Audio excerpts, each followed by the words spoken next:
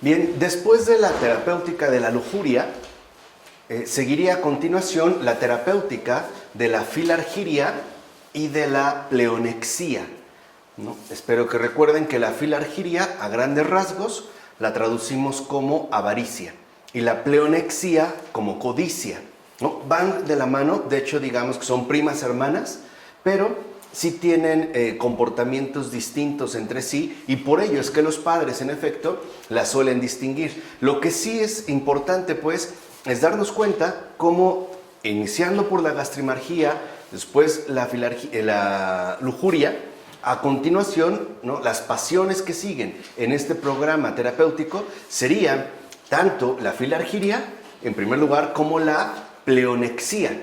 Y las dos virtudes, recuerden que eso es en lo que estamos trabajando, ¿no? No solo el anuncio de las pasiones, sino ya la adquisición de las virtudes, de hecho ese es el título de este apartado que estamos desarrollando, corresponderían para la filargiria con la no posesión, y en el caso particular de la pleonexia con la limosna.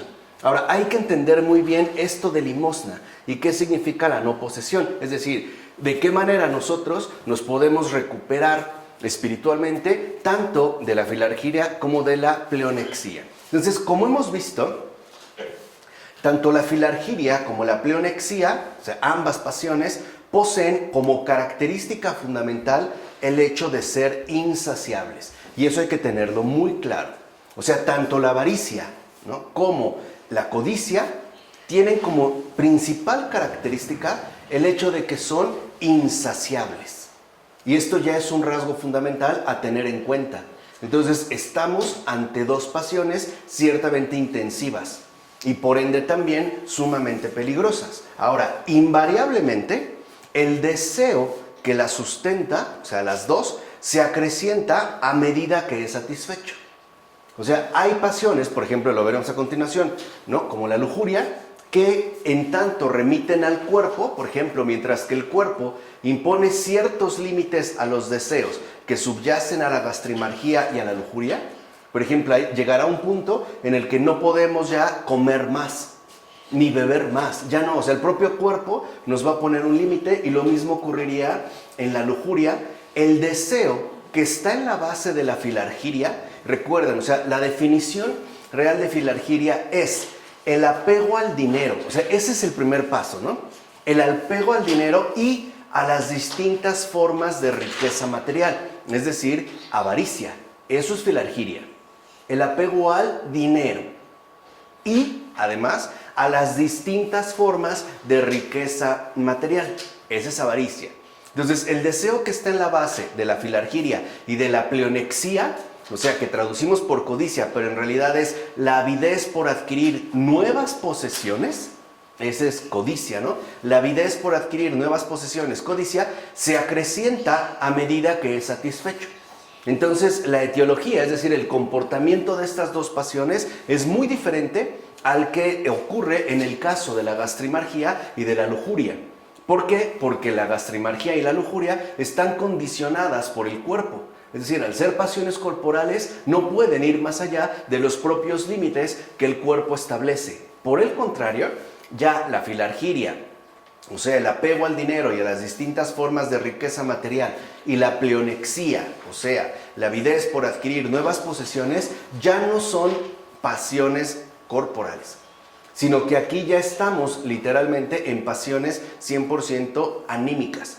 Y por ello lo que vemos es que a medida que el deseo que sustenta ambas se satisface, más incrementa todavía su respectiva influencia.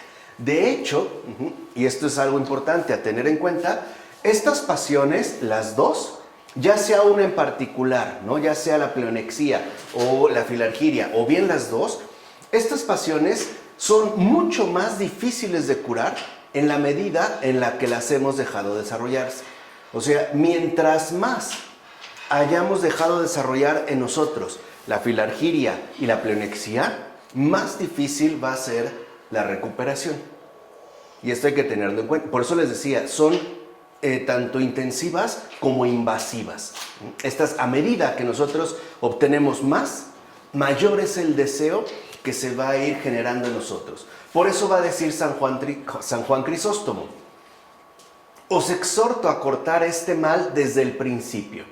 Y aquí hay también ya una luz fundamental. Mientras que la gastrimargía y la lujuria pueden ser abordadas, ¿no?, en distintas fases, lo más recomendable en el caso de la filargiria y de la pleonexia es cortarlas, ¿no?, es decir, atenderlas desde el principio, no dejar que de ninguna manera crezcan, porque mientras más crezcan, entonces más difícil va a ser la recuperación.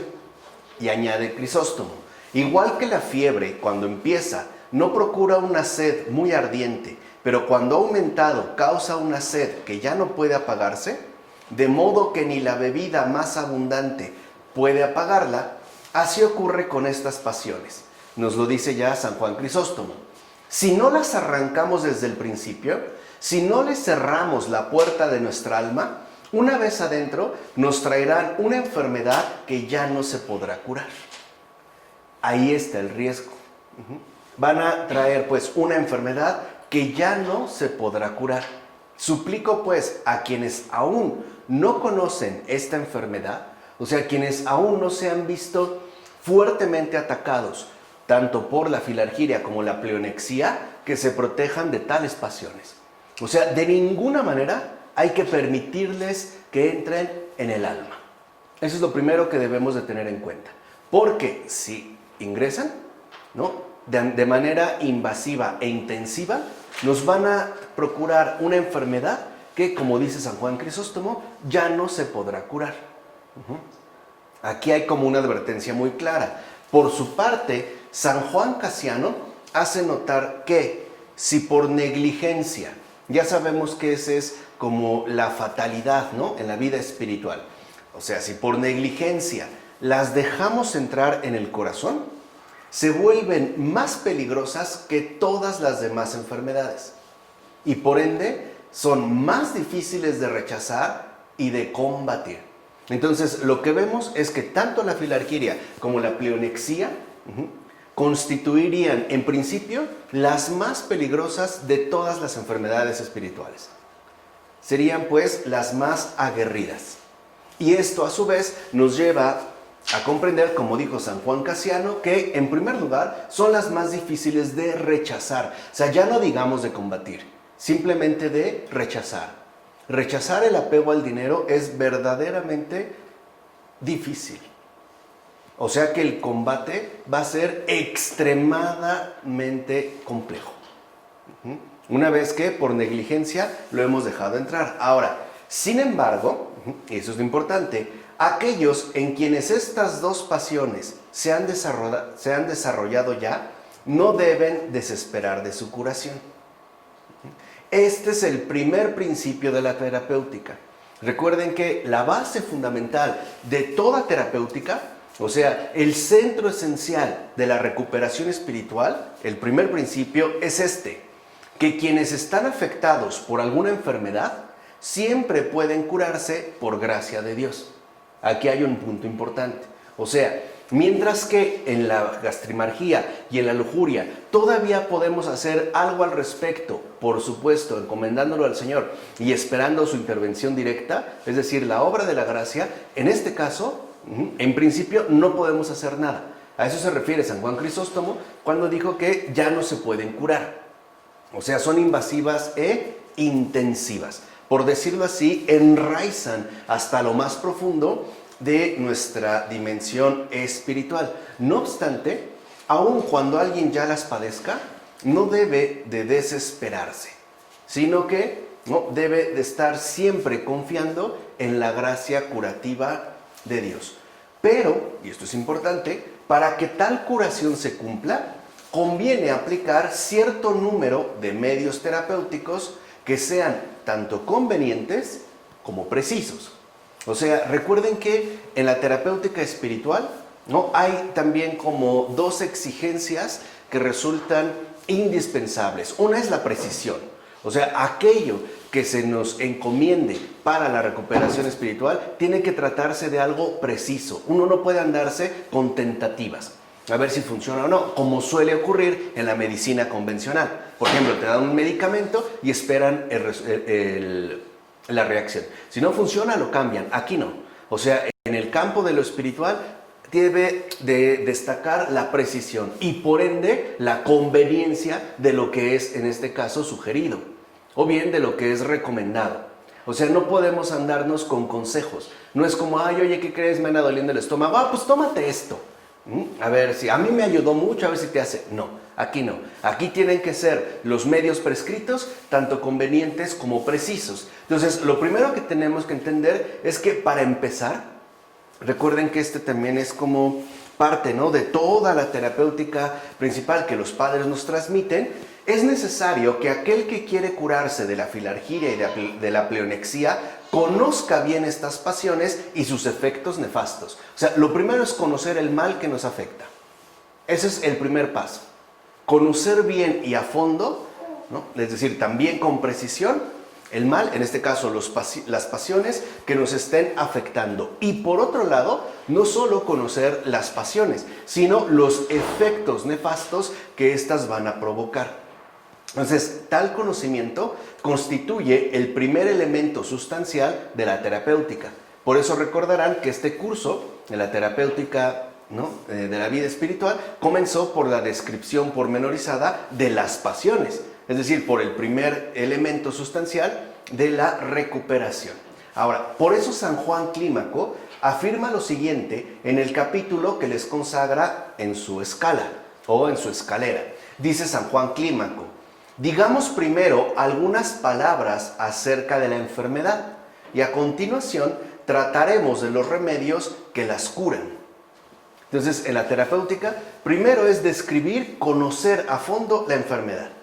Y por lo tanto, basados en este conocimiento, que en realidad se trata de una experiencia, ¿no?, vivencial, ofrecer a continuación los remedios adecuados que en efecto van a curar esa pasión en particular. Aunque, como hemos mencionado, están vinculadas unas con otras. Pero cada pasión tiene pues un remedio específico. San Juan Crisóstomo dirá acerca de la filargiria explícitamente esto. Dice de la filargiria, o sea, de la avaricia. Dice San Juan Crisóstomo: qué locura, qué enfermedad. Pero no se trata de acusar a los enfermos, sino de curarlos. Entonces, cuando se destaca la pasión, no es en un sentido acusativo, sino con un propósito curativo. Y eso también forma parte de la terapéutica, ¿de acuerdo? Y añade el propio San Juan Crisóstomo. Dice, ¿y cómo curarlos? Si no es a través de mostrarles lo innoble de su pasión y toda la serie de males incalculables que tal pasión entraña. Pues lo primero que se dispone San Juan Crisóstomo es hacer explícito, ¿no?, a sus oyentes lo innoble de tal pasión y toda la serie de males incalculables que esta pasión entraña, o sea, todos los males que va a provocar. Aunque en un principio pareciera que no, pareciera que sería algo incluso más o menos aislado. Así pues, al tomar conciencia de la nocividad de su enfermedad, el enfermo se ve conducido a separarse de ella. O sea, lo primero que hace es darse cuenta de la gravedad de su situación, es decir, la nocividad de su enfermedad. Y esto puede producir que el propio enfermo se vea como conducido a mantener una distancia, o sea, intentar separarse. Y al mismo tiempo se va a ver conducido a buscar con ardor su curación. O sea, en síntesis, lo primero que se requiere es un conocimiento profundo de la enfermedad. Ese es el primer punto. Un conocimiento profundo de la enfermedad. Ese es el primer medio. Entonces, cuando alguien no conoce a fondo, es decir, no tiene un conocimiento profundo, preciso de la enfermedad, no podrá ofrecernos ninguna curación real, sino alternativas hipotéticas para ver si es que pueden ayudarnos o no. Aquí no. Aquí sí se requiere, primero, un conocimiento profundo de la enfermedad. Ahora, en segundo lugar, la terapéutica de la filargiria y la pleonexia supone una toma de conciencia con respecto a la vanidad de los objetos que tales pasiones persiguen. Entonces, por un lado, es la nocividad de estas pasiones. Segundo, la vanidad que comportan los objetos hacia la cual nos dirigen estas dos pasiones.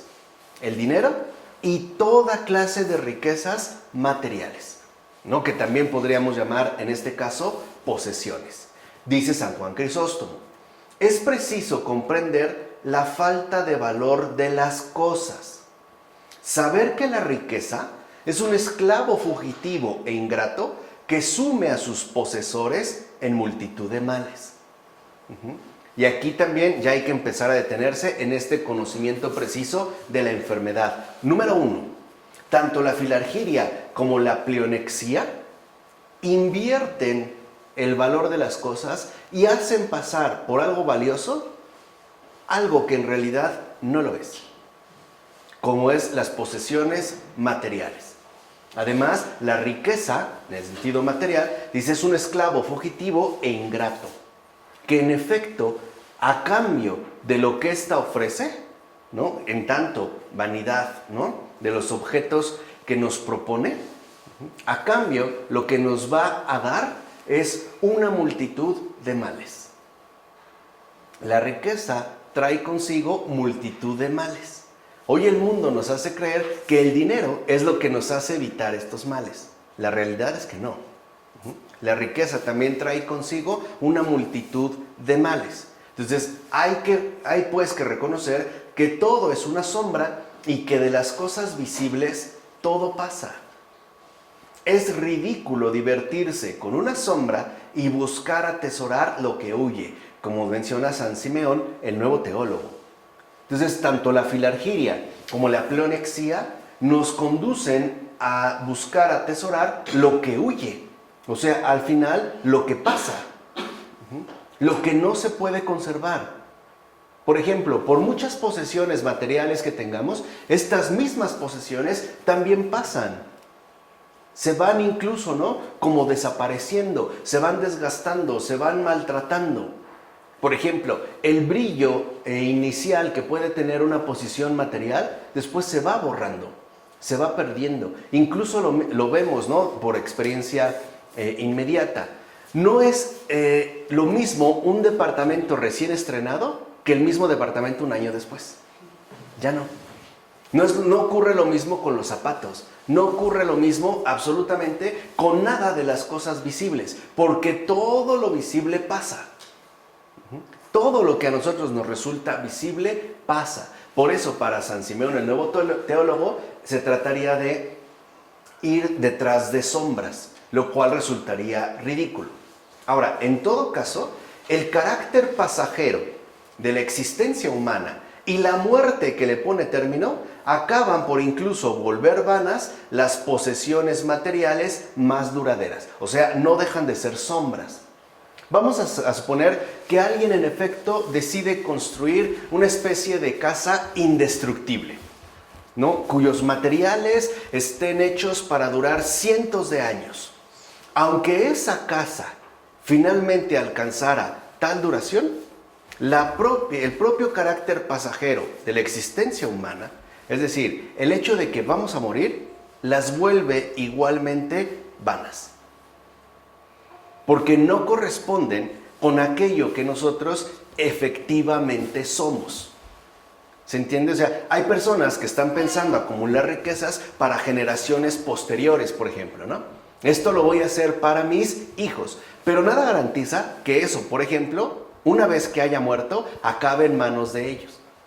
Puede ser incluso que los propios hijos decidan deshacerse de esa casa porque está vieja, o porque requiere remodelación, o porque definitivamente ya les aburrió y no les gusta. Ahí vivieron toda su infancia y lo que menos quieren es conservar esa especie de vejestorio.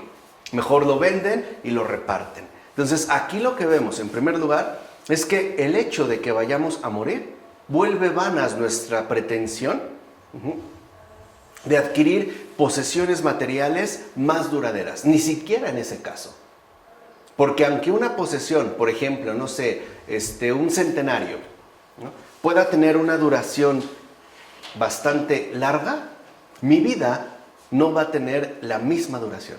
O sea, no hay como una especie de paralelismo entre las cosas materiales que estoy buscando, ¿no?, atesorar, y el propio carácter pasajero, es decir, mortal, de mi existencia. Entonces estaríamos como en una desproporción inicial. Aquello que yo busco, ¿no?, perseguir, finalmente se me va de las manos. Mi muerte le va a poner a sí mismo fin. Ahora, en tercer lugar, para poner fin a estas dos pasiones, es necesario que el ser humano se esfuerce por contentarse con lo que posee. O sea, de entrada hay que esforzarse. Fíjense, los padres no dicen que hay que resignarse. Ojo, dice esforzarse por contentarse con lo que uno posee. Ese es ya el tercer elemento. O sea, primero un conocimiento profundo de la enfermedad. En segundo lugar, darnos cuenta de que aquello que buscamos finalmente es pasajero y que nuestra existencia, ¿no?, en sí misma no es acorde con las expectativas que las cosas nos ofrecen, ¿no? O sea, al final estamos trabajando o esforzándonos por adquirir algo que ni siquiera vamos a lograr conservar permanentemente. Y en tercer lugar, para que se puedan poner fin a estas dos pasiones, es necesario que el ser humano se esfuerce por contentarse con lo que posee. Repito, los padres no dicen resignarse, dice esforzarse, porque se está tratando de curar estas pasiones. De hecho, esta actitud, o sea, el esforzarse continuamente por contentarse con lo que uno posee, le permitirá hacer frente a su enfermedad. Sin esta actitud, no se puede hacer frente a la enfermedad, ya que tanto la filargiria como la pleonexia le empujan siempre a querer poseer más y a querer adquirir más de lo que en verdad necesita. Y ahí está la segunda clave.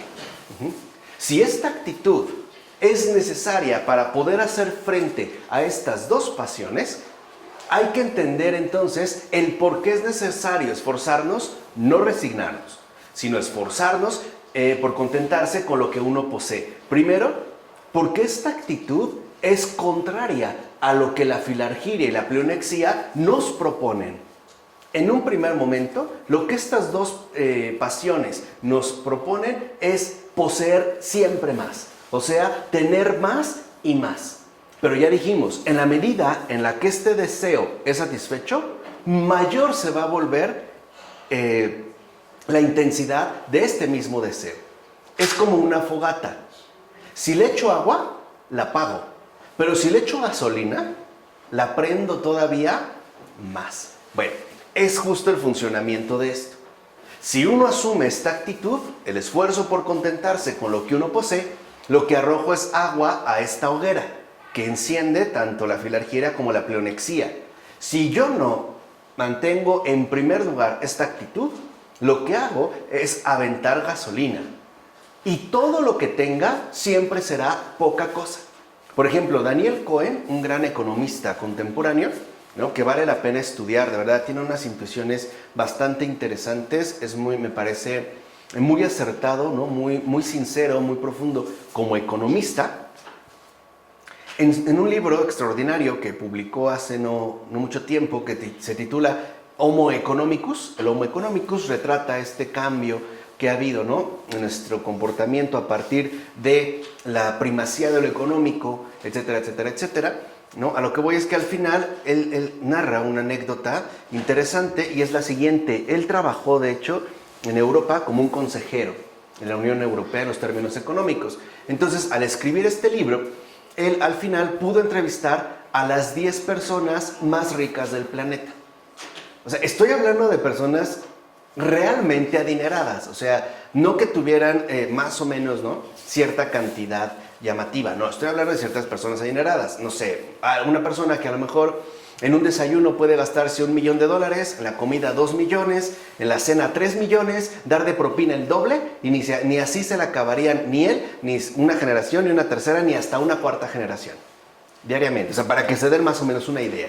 Bueno, a estas 10 personas, él los entrevista como economista. Entonces les hace planteamientos interesantes acerca de la situación económica mundial. Cada una, digamos, refleja, en efecto, cierto carácter definitorio del Homo economicus. Pero al final, y eso es lo interesante, ahí se ve, digamos, lo pertinente y lo serio que es este intelectual, este economista, Daniel Cohen, les hace la misma pregunta a los 10. Les pregunta, bueno, ok, después de todo, me gustaría que para terminar esta entrevista me respondieras lo siguiente. ¿Cuánto dinero crees que necesitarías para ser feliz? Fíjense, o sea, los saca del esquema formal de la economía dura y los lleva ahora a una experiencia concreta de vida. Está hablando con los 10 más ricos del planeta y les hace la misma pregunta. ¿Cuánto crees? ¿Cuánto dinero necesitarías, ¿no?, para ser feliz? Y sin excepción, los 10 le respondieron el doble. Sin excepción. Fíjense, eso es lo que quiero que entiendan de la desproporción y ahí termina el libro. O sea, esto da mucho que pensar y esa es la intención de Daniel Cohen. O sea, aún sin que Daniel Cohen tenga una relación directa con lo que estamos viendo, lo que ha hecho en su libro es denunciar la nocividad de la filargiria y de la pleonexia, incluso o más aún todavía en el mundo contemporáneo. ¿Por qué? Porque siempre la filargiria y la pleonexia nos conducen a querer poseer más. Y una vez metidos en esta dinámica, esta es la gasolina.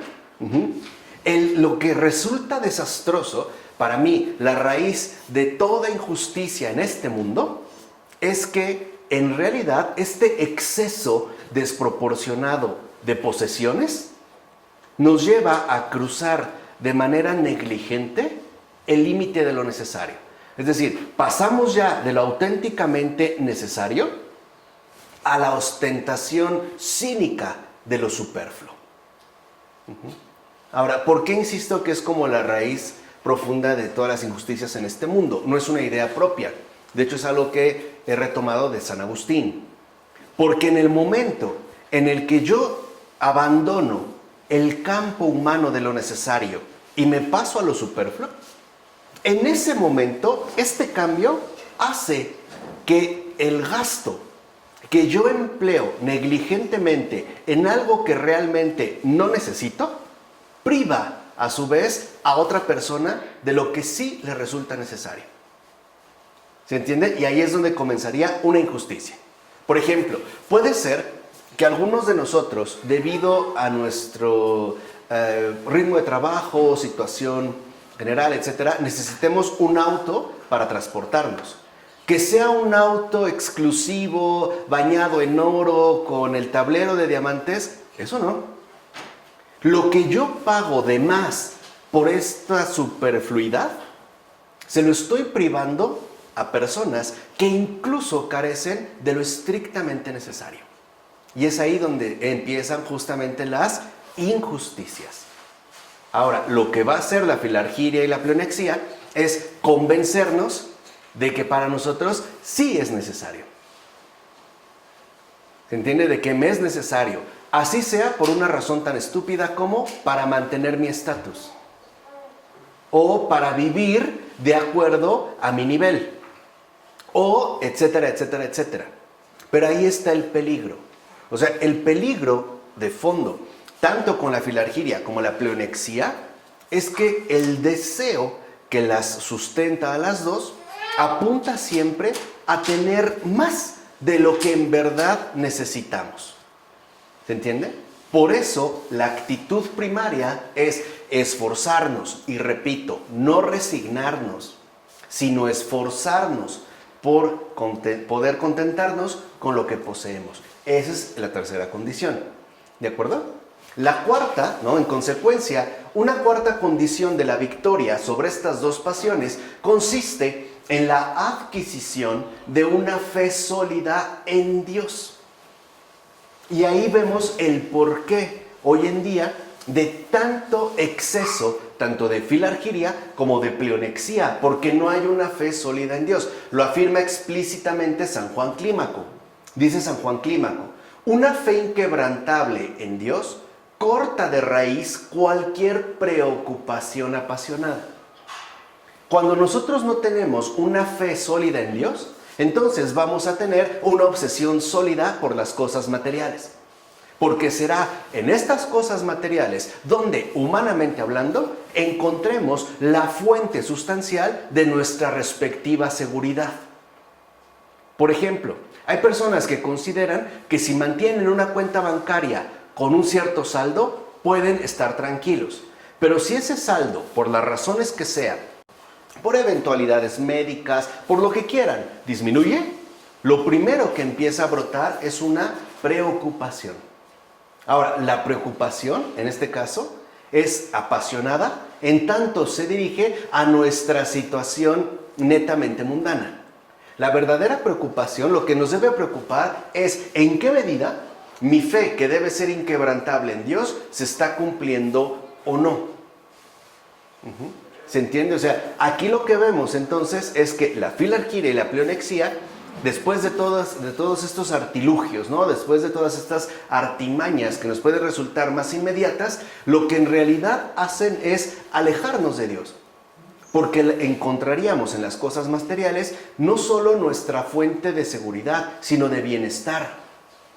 E incluso también nuestra fuente única de felicidad en este mundo.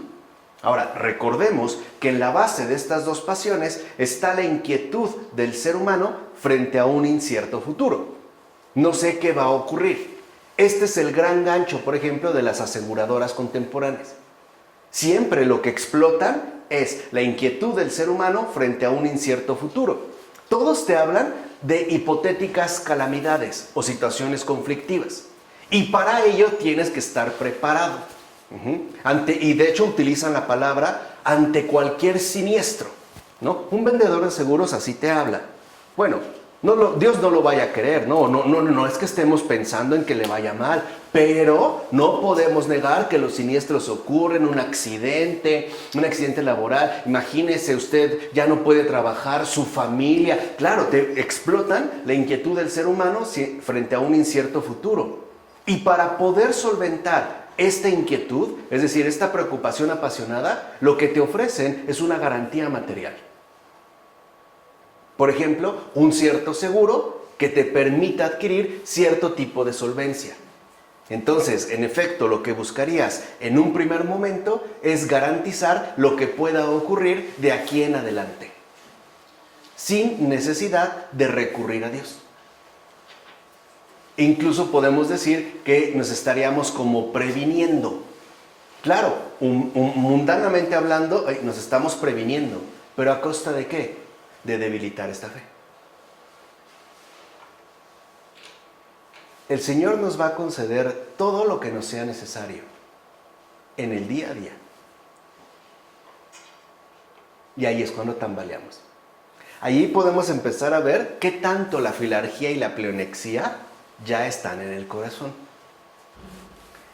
Si yo tengo un incidente y necesito recursos materiales en X tiempo, el Señor va a atender esa necesidad en ese momento. Por eso Dios, cuando recibimos el bautismo, no nos extiende un cheque en caso de alguna eventualidad, ¿no? Porque la confianza está enteramente puesta en Él. ¿Vale? ¿Vamos? ¿De qué manera atenta contra la fe? Bueno, ahora, tal inquietud, esta preocupación apasionada, empuja al ser humano a intentar asegurar, por eso se llaman aseguradoras. Lo estamos viendo ahorita, ¿no? En las últimas campañas publicitarias. El futuro es incierto, protégete. Asegura, te dicen, asegura tu futuro. Hay una marca que se llama Pro Futuro, o sea, a favor del futuro. Asegura tu futuro, ¿no? Le voy a contratar, quiero ahora un seguro de ahorro, ¿no? A largo plazo para poder pagar los estudios de mi hija. ¿Y si mi hija no quiere estudiar, qué? O sea, yo ya casi la veo graduándose de la universidad. ¿Quién te dijo que va a estudiar? ¿Quién te asegura eso? Para empezar, voy a sonar drástico, y conste, soy papá, ¿saben? Tengo 2 hijas. ¿Quién te asegura que va a vivir para llegar a la universidad? ¿De dónde sacas esa certeza? ¿De dónde viene? Ahí está el engaño. ¿Lo ven? Esta inquietud empuja al ser humano a intentar asegurar de algún modo su futuro mediante la conservación o la acumulación de bienes materiales. Recuerden que sobre todo la filargiria, ¿no?, es decir, la avaricia, se basa en la conservación. Por su parte, la pleonexia se basa en la acumulación de bienes materiales. La avaricia busca conservar, pensando, no, en algún momento lo voy a necesitar, entonces, pues no, eso no lo puedo tocar, no es intocable. No sabemos lo que vaya a pasar mañana, pues ya sabes que las situaciones, bla, bla. En cambio, la pleonexia lo que te hace pensar es que nunca es suficiente lo que tienes y que siempre debes de tener más y más. Entonces, de esta manera, el ser humano confía en sus propias riquezas, en lugar de esperar siempre la ayuda de Dios, sea lo que sea, pase lo que pase. Hay personas que dicen, no, yo siempre, mi mejor amigo es un peso en la bolsa. ¿No? O sea, eso no debe faltar, o sea, la fe se va al carajo, o sea, no me interesa si tengo fe o no en Dios. Lo que me interesa es que yo tenga un guardadito. Lo que me interesa es que yo tenga un ahorro. Lo que me interesa es que yo pueda tener una acumulación de ciertos bienes o conservar lo que tengo para poder afrontar y salir adelante en todas las eventualidades. O sea, nuestra confianza está puesta en las propias riquezas. De tal manera que de Dios ya no esperamos nada, ni siquiera que nos ayude, solo en caso de que esto se acabe. Entonces sí, Él tendría que ser como un fiador. Ya gasté, pues ahora dame más, ¿no? Sería como mi banco celestial. Ahí es lo que empezamos a ver el porqué, ¿no?, del desvanecimiento de la fe. Ahora, por eso es indispensable, y ese es uno de los requisitos fundamentales de estos tiempos, que el ser humano vuelva a poner su confianza y su entera esperanza en Dios, no en sus riquezas, ni en las que ha logrado conservar, y menos aún en las que todavía está empeñado en acumular. Por eso vemos cómo hay personas que han logrado conservar, incluso acumular multitud de bienes materiales y de repente se quedan sin nada y su vida se acabó. Y tienen dos opciones: o volver a poner su confianza en Dios o suicidarse. Porque todo en este caso se viene abajo. Ahora, lo cual ciertamente ayuda a que el ser humano, y esto es lo fundamental, ocupe todas sus energías en el reino de Dios. Eso es lo primario. Que no esté ya como atascado en sus asuntos, sino que por el contrario, toda su vida, todas sus energías estén dedicadas al reino de Dios. Y por tanto, que pase de la mera obtención de riquezas materiales, ya dijimos, vanas y pasajeras, a la adquisición de los tesoros espirituales, siempre seguros e imperecederos, que Dios da a quienes se dedican a Él. Entonces, esto también nos coloca ante lo siguiente: nuestra verdadera expectativa de vida, ¿a dónde es que se dirige? O sea, ¿es meramente horizontal? Estoy pensando en un futuro según el grado obtenido en base a lo material, o realmente estoy consagrado al servicio del Señor. Es decir, consagrando todas mis energías a su respectivo reino. O sea, en síntesis, ¿qué me importa? ¿Las riquezas materiales o los tesoros espirituales? Porque el Señor dijo, allá donde esté tu tesoro, ahí estará tu corazón. O vivimos, pegados a la tierra, o vivimos realmente con el corazón en el cielo. Lo primero que el Señor nos da cuando ocupamos todas nuestras energías a su reino, en su servicio, es un tesoro espiritual que nada ni nadie nos puede quitar. Después puede ser que también nos dé riquezas materiales, siempre en la medida de lo necesario. Si no, contribuiría a nuestro mal. Siempre nos va a dar lo que necesito. Y siempre va a ser no solo lo que necesito para mí, sino en relación a todo el conjunto de mi vida. Ahora, Cristo mismo lo enseña. Dice el Señor, no os preocupéis por vuestra vida. ¿Qué comeréis? Está hablando, cuando aquí dijo vida, está hablando de bios. Ya habíamos visto la diferencia entre bios y zoé. Ni por vuestro cuerpo. ¿Con qué vestiréis? ¿Quién de vosotros, a fuerza de preocuparse, puede añadir un codo a la duración de su vida? Así que no os preocupéis diciendo, ¿qué comeremos? ¿Qué beberemos? Pues son los paganos los que buscan todas esas cosas. Vuestro Padre Celestial sabe lo que necesitáis. Buscad primero el reino de Dios y su justicia, y todo eso, todas esas cosas, se os dará por añadidura. Y aquí el Señor entonces ya nos deja en claro dos cosas. Primero, el Padre sabe perfectamente bien lo que necesitamos. Eso lo sabe. El problema es que ni a nosotros mismos nos quedan claras nuestras verdaderas necesidades. Porque siempre quisiéramos ir más allá de lo necesario. Tener una casa y una muy bonita casa, una muy buena casa, es necesario para un desarrollo humanamente adecuado. Eso nadie lo va a negar. O sea, no es lo mismo tener una casa digna de una criatura hecha a imagen y semejanza de Dios que vivir bajo cartones o bajo láminas. ¿Estamos? Pero tener 3 casas, por ejemplo, una en Malibú y otra en París y una más en Milán, que no visito más que unos días cada 2 años, ahí ya no. ¿Se entiende? O sea, ahí ya no. Porque en realidad eso a mí no me es necesario. Tan no me es necesario que puedo prescindir de eso sin problemas. ¿Cuántas personas no tienen casas y los que los disfrutan son otros? Ellos nunca ni van ya, les aburrió, ya ni están ahí. Las prestan, las rentan, las alquilan. Ya ni siquiera tienen, ahí se ve realmente que no les es necesario. Cuando a otra persona sí le sería, y muy necesaria, una casa. Y a lo mejor de esa podrían sacar 3, o 4, o más, o 2, o una, no sé. Pero a esa persona ya no le resultaría necesario. Ahora, el Señor nos está diciendo, el Padre sabe lo que necesitamos. Ok, nos está diciendo qué va primero. Lo primero es el reino de Dios. Y después, todo esto se nos va a dar, pero por añadidura. O sea, lo que nos está diciendo es, no es lo que ustedes ponen en primer lugar, no va primero. Sería lo segundo, sería un añadido. Por eso nuestra primera preocupación fundamental no es lo que tengo, lo que quiero tener. Es mi relación con el Señor. Es mi intimidad con Él, es mi fidelidad a Él. ¿Cómo ando en esto?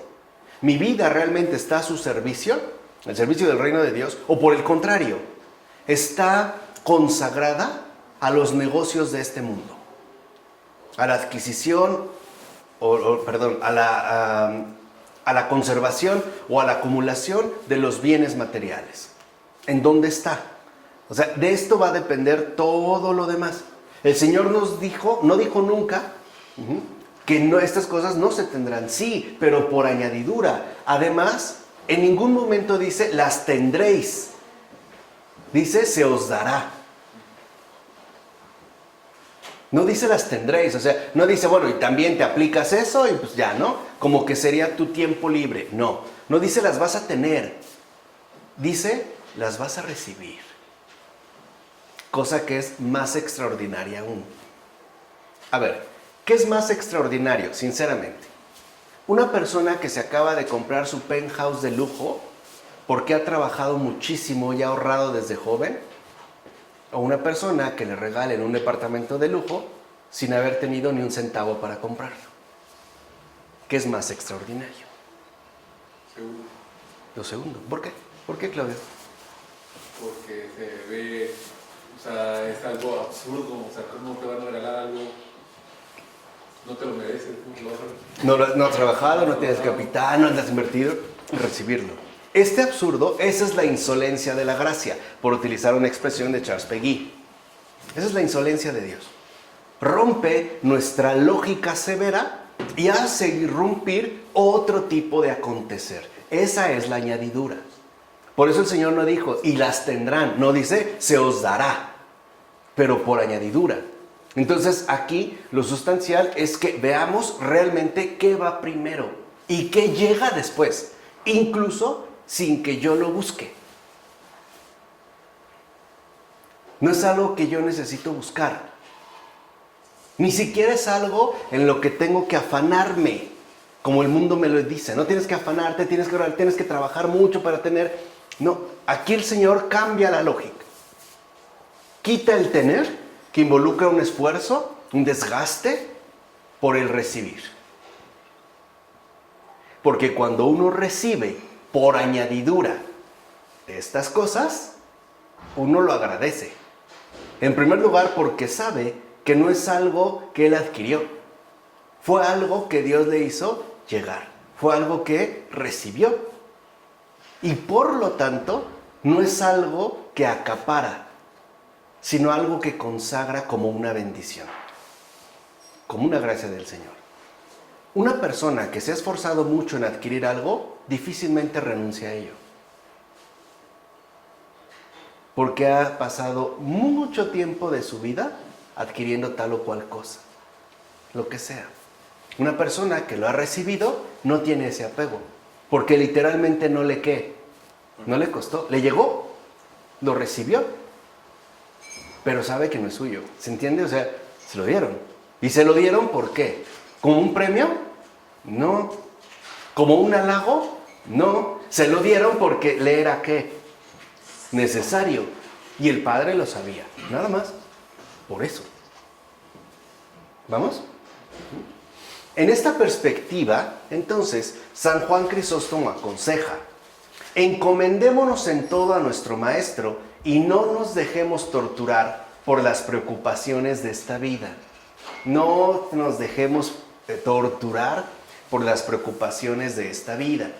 Si damos prioridad, es decir, si realmente para nosotros van primero los bienes espirituales, no nos apurarán los bienes materiales, pues Dios nos lo concederá. Cuando yo me preocupo por los bienes materiales, es porque no le estoy dando prioridad a los bienes ¿qué? Espirituales.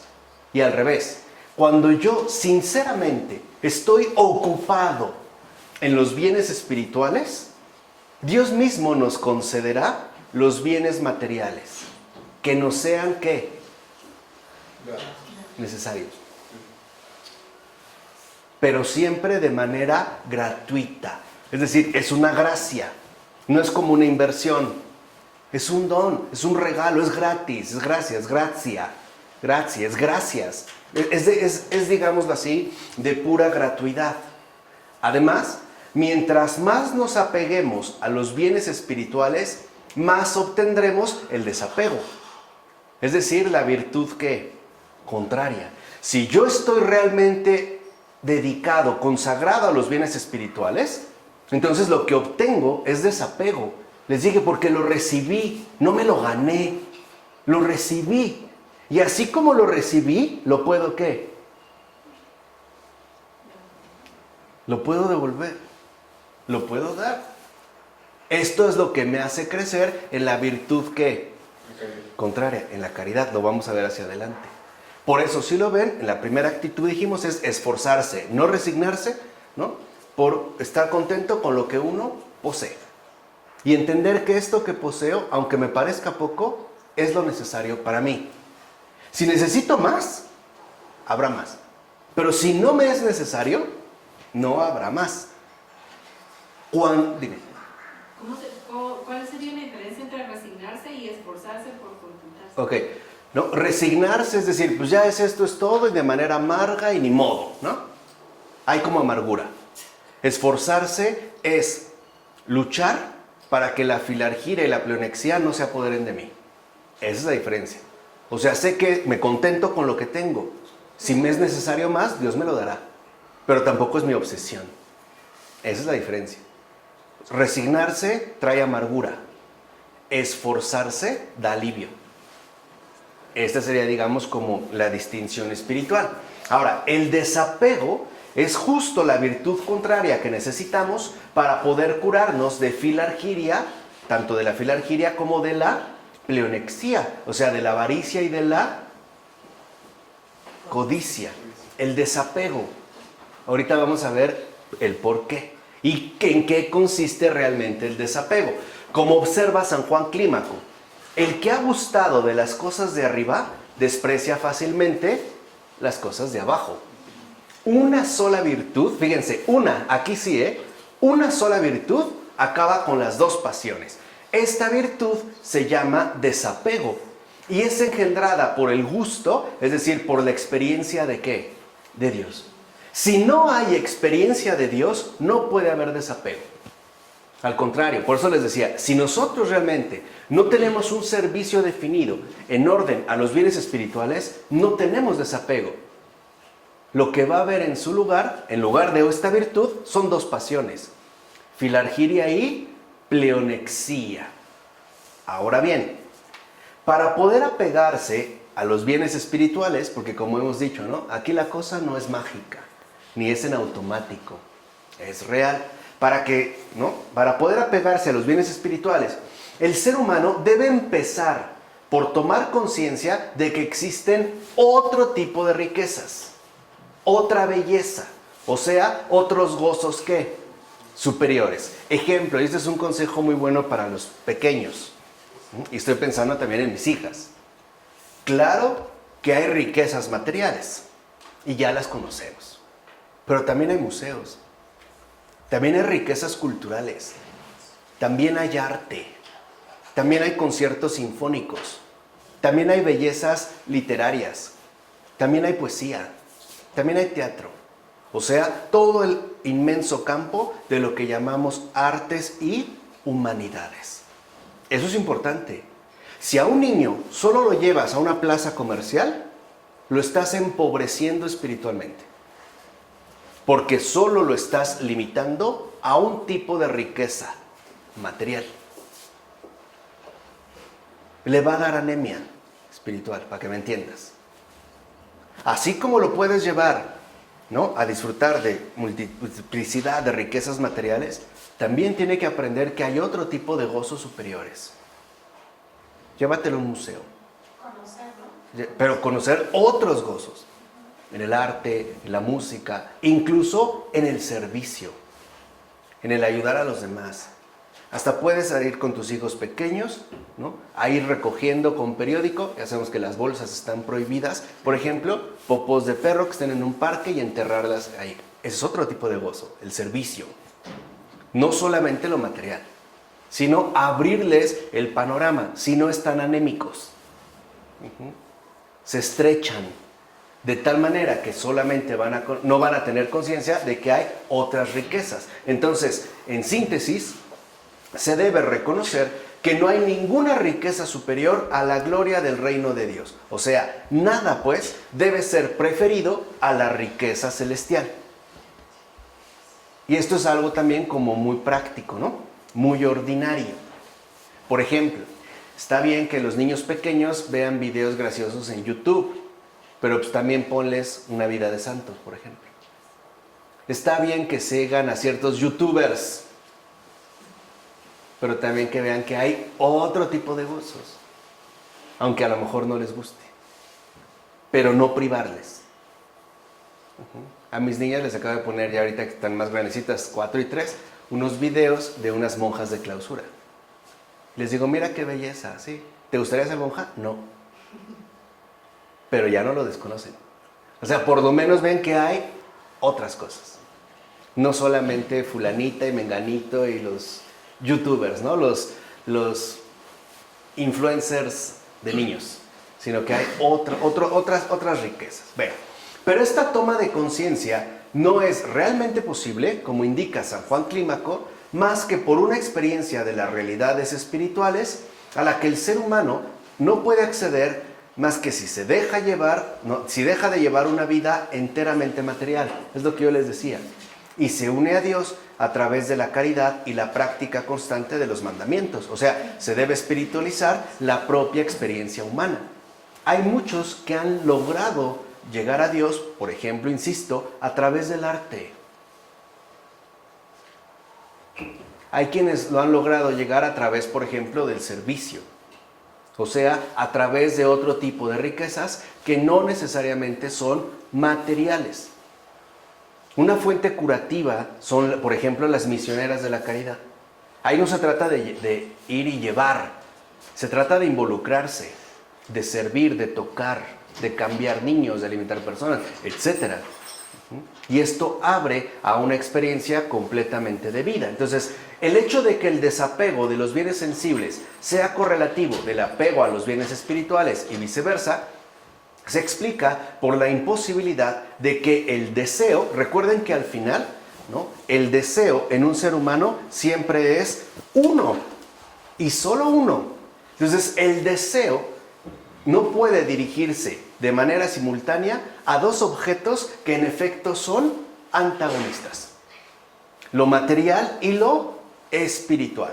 Como el mismo Cristo enseña, nadie puede servir a dos señores. Y ninguno de nosotros, créanmelo, es una excepción al Evangelio. Nadie es una excepción al Evangelio. De que no, pues mi caso es aparte. No, el Señor dijo, nadie puede servir a dos señores. Pues odiará a uno y amará al otro. O se apegará a uno y despreciará al otro. Así pues, dice el Señor en Mateo 6:24, no podéis servir a Dios y a Mamón. Y lo dijo claramente, ¿eh? Ahora, en arameo, Mamón significa riqueza, pero en sentido ampliamente, ¿qué? Material. Muchas de las traducciones ponen dinero, pero Mamón es, claro, dinero, pero es más que el dinero. Se refiere, cuando dice el Señor, así pues, no podéis servir a Dios, ¿no?, y a la riqueza puramente material. No es imposible. No es posible, perdón. Porque o bien nos apegaremos a uno y despreciaremos, ¿qué?, al otro. Ahora, se comprende, por tanto, que el ser humano no puede apegarse a Dios mientras éste se apega a las riquezas materiales. Lo cual nos recuerda que el objetivo de la terapéutica de la filargiria y la pleonexía consiste en que el hombre se una a Dios. Esa es la recuperación. Eso es justamente, ¿no?, lo que estamos buscando. Ahora, tal unión implica amar a Dios con toda nuestra inteligencia, con toda nuestra alma y con todas nuestras fuerzas. Es decir, según la liberación de todas nuestras facultades con respecto a su apego a las riquezas sensibles, o sea, materiales en sentido amplio, para que a final de cuentas podamos consagrarnos enteramente a Dios según nuestra finalidad natural. O sea, no estamos tratando de adquirir ningún tipo de rareza. Estamos tratando de volver de nuevo a nuestro estado más natural. En consecuencia, puede decirse entonces que la situación espiritual del ser humano entero y su respectivo destino, no lo olviden, dependen del tipo de riquezas que se desean adquirir y a las cuales uno se va a pegar. ¿Qué es a veces lo primero que deseamos para los hijos? Pero cuando digo lo mejor, ¿de qué estoy hablando? Para mí lo mejor es Dios o es Mamón. Yo creo que van las dos, ¿no? No pueden. Es lo que dijimos.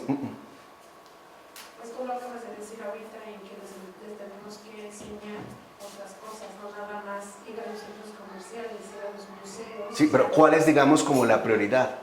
Que sean buenos hombres, buenas mujeres, para bien de ellos. O sea, en el servicio de las demás personas, que puedan ellos ayudar a otras personas, no nada más ver lo material. O sea, ahí lo está diciendo, no vamos a servirle a dos amos, que vamos a quedar con uno, vamos a quedar mal, pero con otro, bueno, yo creo que es un poquito y un poquito, o sea, servir, claro.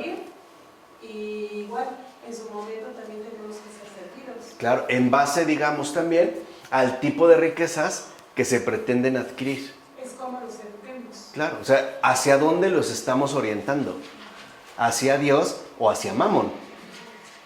¿Se entiende? O sea, ¿qué les estamos enseñando? ¿Cuál es, digamos, la indicación que nosotros en efecto le estamos dando? Ahora, esta indicación no solo es verbal, tiene que ser ejemplar. O sea, tiene que ser en base a los principios de vida que yo estoy asumiendo. ¿Se entiende? O sea, tiene que ser parte, pues, de una experiencia auténtica. Si yo solo lo digo, como decimos aquí, ¿no? De labios para afuera, no sirve de nada. Sería el ejemplo. Lo que exacto, por eso es ejemplar. Tiene que partir de la experiencia propia de la vida. ¿Por qué? Porque de esta indicación que nosotros ofrezcamos de la riqueza, es entonces hacia lo cual nosotros vamos a orientar toda nuestra vida y todo el transcurrir de nuestro respectivo destino. Y por lo tanto, el apego que se va a desarrollar en nuestro respectivo deseo. O sea, dicho brevemente, la cuestión central consiste en saber si el ser humano amasa tesoros en la tierra o tesoros en el cielo. Pues, como dice Cristo, donde está tu tesoro, ahí estará también tu corazón. Esa es la cuestión. O sea, realmente, ¿no? Nuestra situación depende completamente de las riquezas de la tierra, o por el contrario, está dedicada a los tesoros en el cielo. ¿No? Por eso hago esta distinción. Cuando hablamos de riqueza, estamos hablando de una riqueza amplia en sentido material. No estoy diciendo que sea mala. Lo que estoy diciendo es a dónde remite. Es el espectro material. Pero cuando hablamos de un tesoro, creo que tiene más que ver con la cuestión espiritual. Un tesoro que no caduca, que no se acaba y que nadie nos podría quitar. Como sí ocurre con las riquezas en esta tierra. Por ejemplo, ¿cuántas personas en el último terremoto, desafortunadamente, perdieron incluso el departamento que habían estrenado hace un mes? ¿Cuándo se imaginaron que iban a perder sus pertenencias? Es decir, sus riquezas materiales. Yo creo que jamás, o sea, en ningún momento uno está pensando en ello. Ahora, ¿cuándo hemos visto que un tesoro en el cielo se vea perjudicado o afectado por lo que sea? Ahí se convierte en algo intocable, es decir, ya no estarían nuestros tesoros en el cielo al alcance de la multiplicidad de adversidades que en la tierra sí se presentan. Desde un temblor, un tsunami, un huracán, un accidente. ¿Cuántas personas por enfermedad no han literalmente acabado con todas sus riquezas materiales? Vendieron casas, autos, o sea, se quedaron literalmente en la calle. Y no lograron su objetivo, no les fue suficiente. Eso es a lo que me refiero, o sea, hacia dónde estamos dirigiendo el corazón. Ahora, como podemos observar, la curación de la filargiria y de la pleonexía implica una conversión del deseo. Ahí es donde va a estar la clave, es decir, un giro completo de la facultad del deseo y de la potencia de amor en el ser humano que va desde las riquezas de este mundo hacia Dios y los bienes espirituales. Esto es lo importante, darnos cuenta, como les dije, ¿no? El verdadero y genuino recorrido espiritual siempre va de lo visible a lo que, a lo invisible. Por ejemplo, está muy bien este auto a control remoto que te trajeron los Reyes Magos. Está muy bien, pero hay algo que es mejor que esto. Y así empezamos a abrir un panorama diferente. Si solo me quedo en lo material, entonces, especialmente los niños, siempre van a estar padeciendo una especie de insatisfacción constante. Nunca le es suficiente, lo dijimos. En la medida en la que el deseo de lo material se ve satisfecho, este deseo todavía se incrementa mucho más. Es como, no sé si les ha pasado, compras el último modelo del teléfono celular y después ya estás buscando una novedad. Es parte de la dinámica del consumo, ¿no? La innovación permanente. Pero tiene que ver con el deseo, o sea, con la manipulación del deseo. Porque en el mundo contemporáneo, no, lo que realmente se manipula no son las mentes. Claro que hay ello. Pero de manera más radical lo que se manipula es el deseo. Porque nuestro deseo parece que está como dirigido completamente hacia las riquezas de este mundo. Y por lo tanto, ya no hacia Dios y los bienes, ¿qué? Espirituales. ¿Cuántas personas no serían capaces de matar a otra por $1,000,000 de pesos? ¿Por qué tanto sicario? ¿Por qué tanto crimen? ¿Por qué tanto asesinato? ¿No es por el deseo al final de riquezas de este mundo? ¿No es lo que nos promete el crimen organizado? Que esa es una mentira. No es crimen organizado, es crimen autorizado. Y lo sabemos por muchas razones. que aquí no voy a destacar, pero es crimen autorizado. ¿No es por las riquezas de este mundo? ¿No es por poder publicar en Facebook la ropa de marca que me compro? ¿No es por mis fotos en Instagram con el auto Mercedes deportivo que me acabo de comprar? ¿Pero a costa de qué? ¿De sufrimiento ajeno? ¿Riquezas empapadas de lágrimas y de sangre? Por supuesto ajenas. ¿Qué hay realmente detrás de estas riquezas de este mundo? ¿Cuántas personas ya no se tocan el corazón con tal de obtener incluso un ingreso monetariamente precario? O sea, por una tontería. Hoy en día ya se sabe que en México hay ofrecimientos de sicario, bueno, para volverse sicario, con 500 pesos. Para matar a otra persona bastarían 500 pesos. Y lo hacen. ¿En dónde está su corazón? En las riquezas de este mundo. ¿Cuántos no han matado a sus propios padres, hijos, familiares, vecinos, por quedarse con estas riquezas? ¿Cuántos esposos no han matado a las esposas, esposas a los esposos, hijos a los padres, padres a los hijos? Y todo por estas riquezas de este mundo. Dice San Juan Crisóstomo. ¿Cómo curarse entonces de la filargiria y de la pleonexía? Y dice, lo haréis si sustituís el amor al dinero por otro amor, el deseo que ama las cosas del cielo. Esa es la conversión.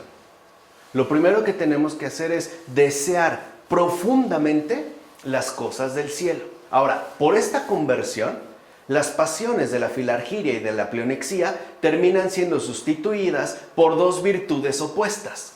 Fíjense, cuando se realiza en realidad, ¿no? Cuando realmente se lleva a cabo la conversión del deseo, entonces lo que vamos a ver surgir son dos virtudes radicalmente opuestas a estas dos pasiones.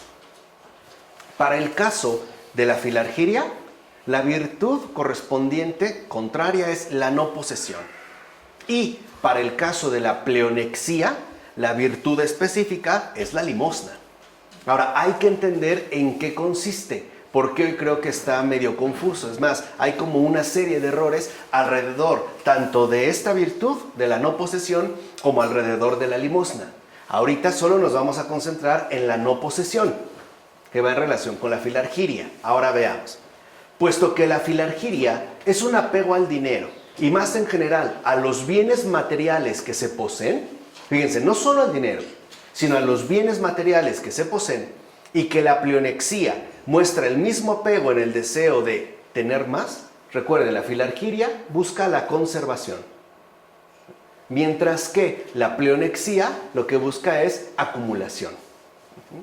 Las virtudes que se le oponen inmediatamente y que van a permitir escapar de ellas son, por naturaleza, la no posesión y la no adquisición. Son cosas distintas. Quien padece filargiria, lo que necesita, en este caso, es no posesión. Quien padece pleonexía, lo que necesita es no adquisición. Vamos a ver en qué consiste en este caso.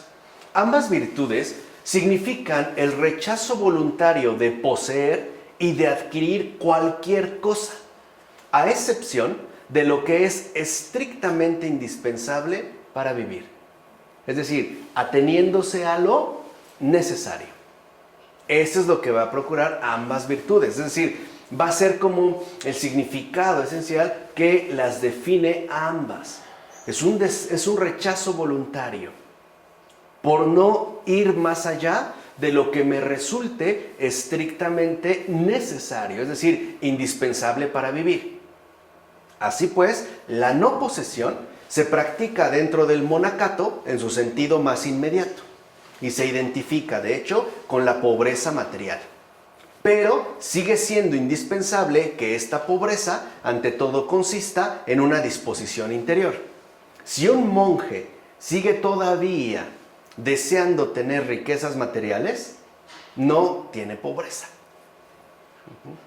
Porque la verdadera pobreza consiste en una disposición interior, que de hecho va a estar configurada por la no posesión.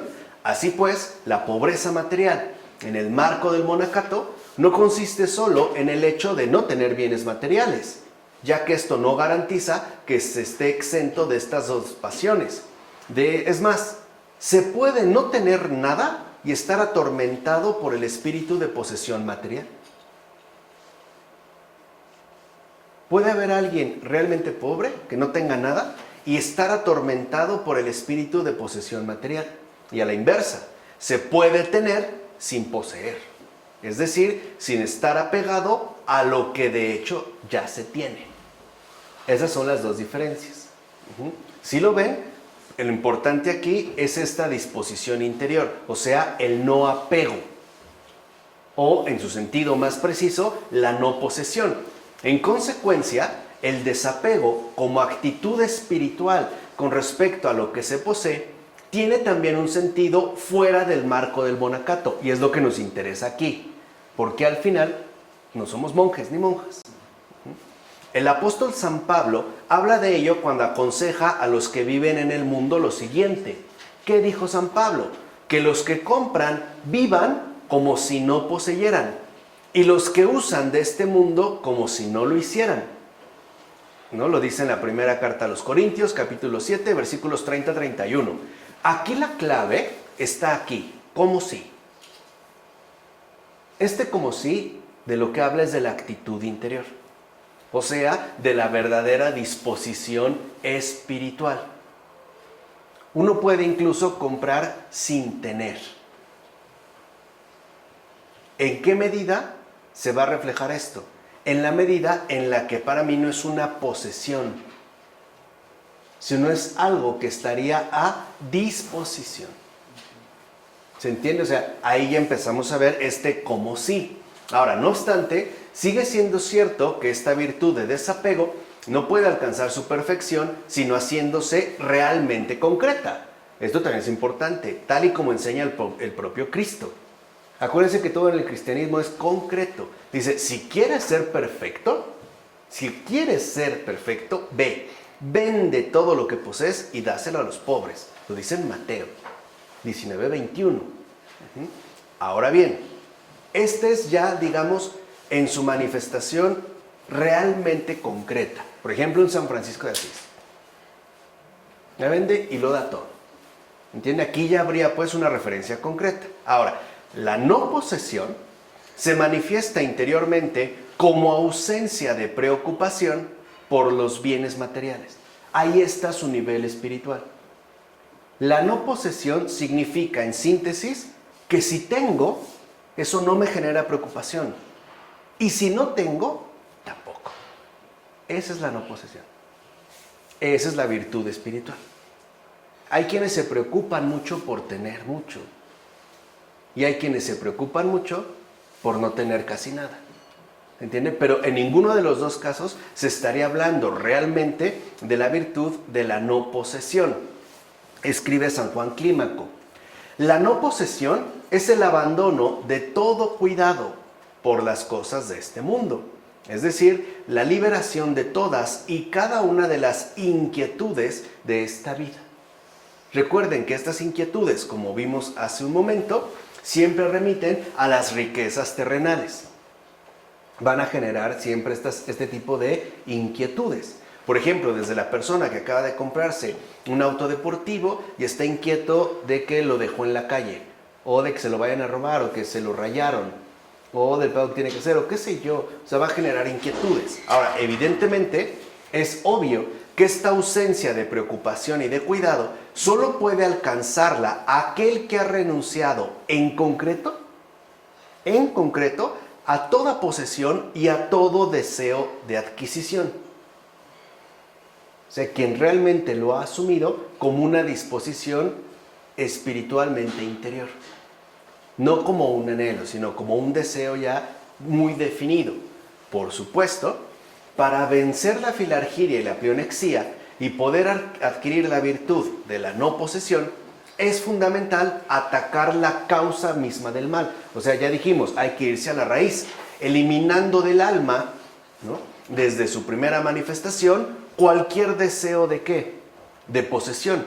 Y esto también involucra un gesto concreto. Por ejemplo, de repente me surge el deseo de poseer tal o cual cosa. Lo primero que me tengo que preguntar es, ¿en verdad es estrictamente necesario o no? o es simplemente un movimiento de vanidad, o sea, una trampa de la filargiria y la pleonexía. ¿Es realmente necesario o no? Como enseña San Juan Casiano, no solo hay que evitar poseer dinero, sino que hay que arrancar completamente del alma el deseo de ello. Recuerden que aquí lo que se ha puesto en juego es esto, es el deseo. Dijimos que la terapéutica de la filargiria y la pleonexía van a consistir en una conversión del deseo, la cual de manera concreta se manifiesta a través de dos virtudes: la no posesión, que ahorita estamos comentando, y la limosna. Entonces, de nada me sirve renunciar a las riquezas terrenales si por dentro me estoy quemando en el deseo de tenerlo. La virtud de la no posesión, justo lo que quita es esto. O sea, ¿qué quiere decir? Que en términos espirituales, la cuestión ya no está en el tener, remite al ser, va a depender de lo que somos. Y del ser es a su vez lo que va a ordenar o desordenar el tener.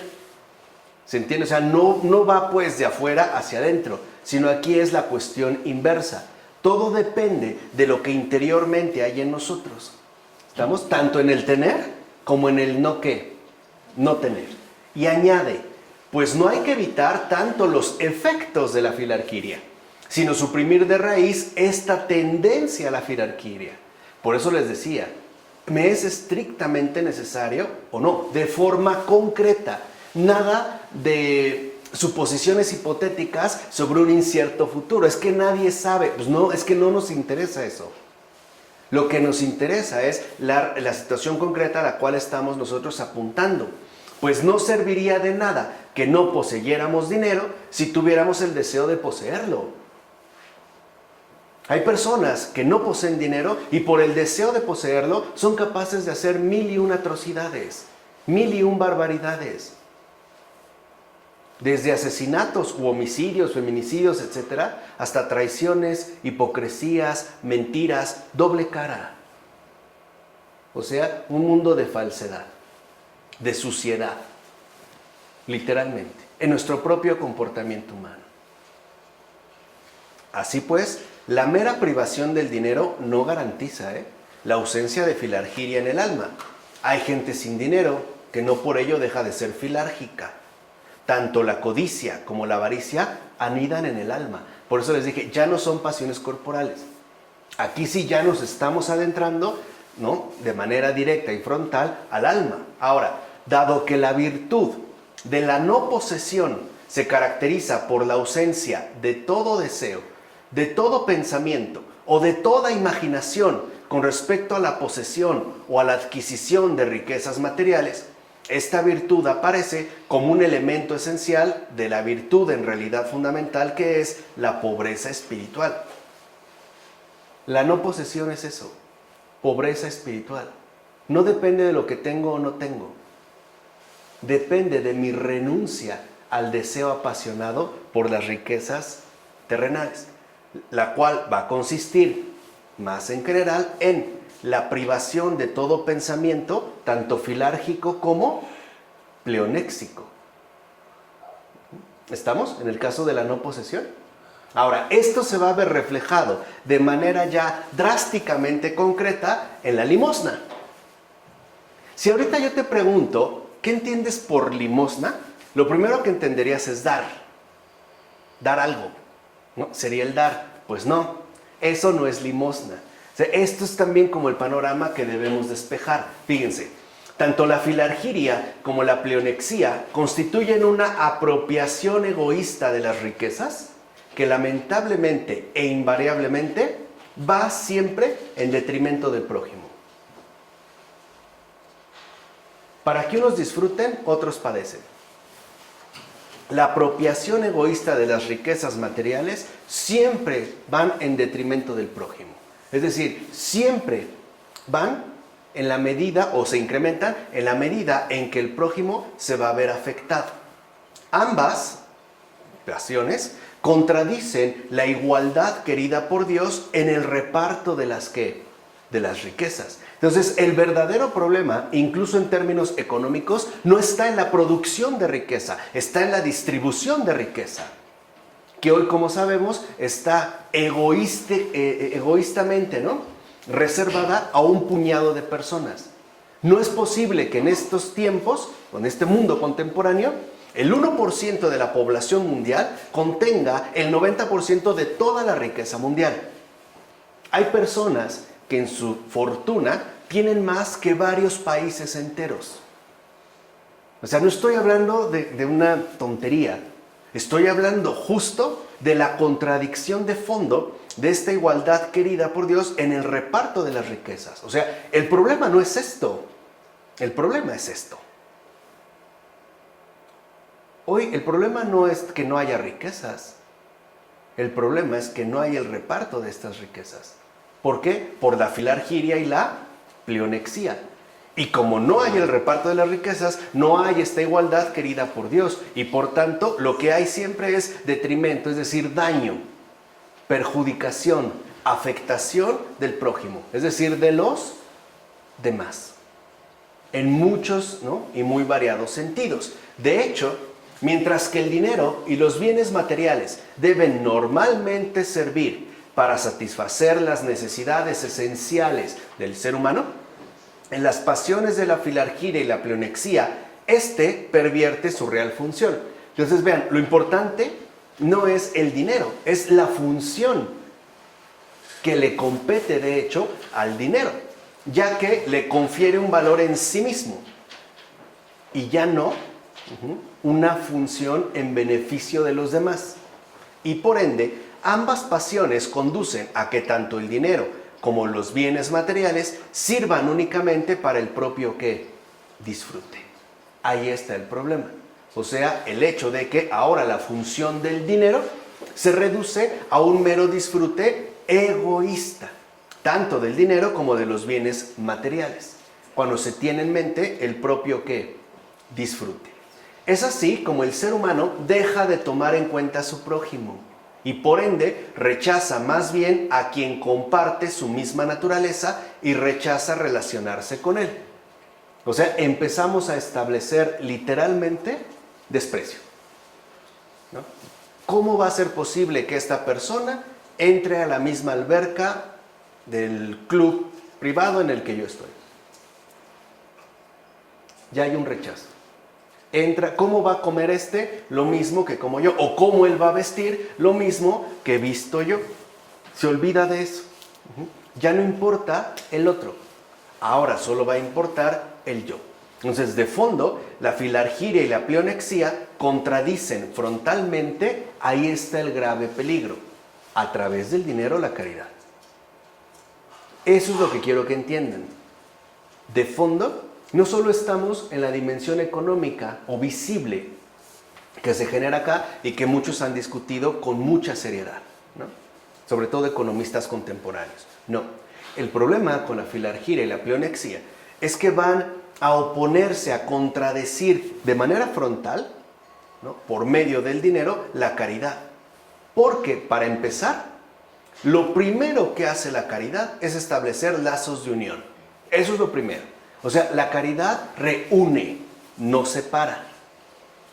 El dinero sí separa.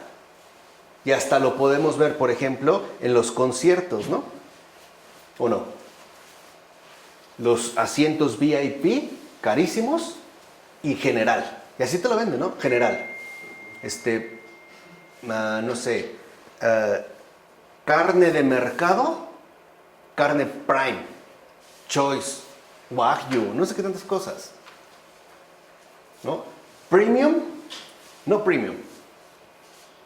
Ahí lo que vemos es que en efecto hay una oposición frontal contra la caridad, porque a través del dinero, la filargiria y la pleonexía destruyen los lazos de unión y la complementariedad en todos los ámbitos.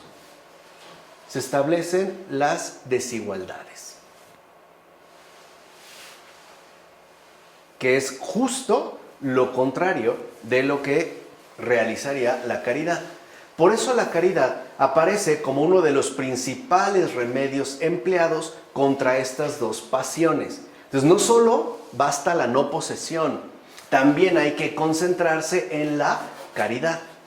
Ahora, no es la única, pero una de las formas de caridad que se les opone específicamente es la limosna, ya que la caridad desprecia la riqueza y la destruye, porque ante todo es amor a Dios y al prójimo. Ese es el primer, digamos, el fundamento esencial de la limosna es el amor a Dios y al prójimo. Y este amor es inconciliable con el amor al dinero y por eso lo excluye.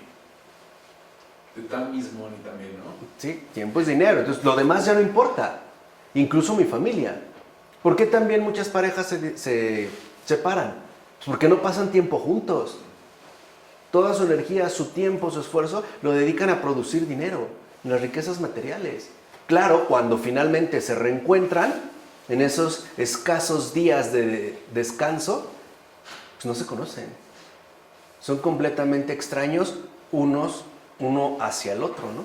Entonces aquí tenemos el primer fundamento. Ahora, por eso va Isaías, aconseja lo siguiente: amemos la caridad para con los pobres, a fin de que ella nos salve y libre de la nefasta filargiria. Así pues, la virtud de la limosna, vean, la limosna no es un mero acto cualquiera, es una virtud. Muchos dan, pero no según la virtud de la limosna. Ahorita vamos a ver. Recomendada por Cristo en numerosas ocasiones y citada repetidas veces por el apóstol Pablo y en los Hechos de los Apóstoles, ¿en qué consiste?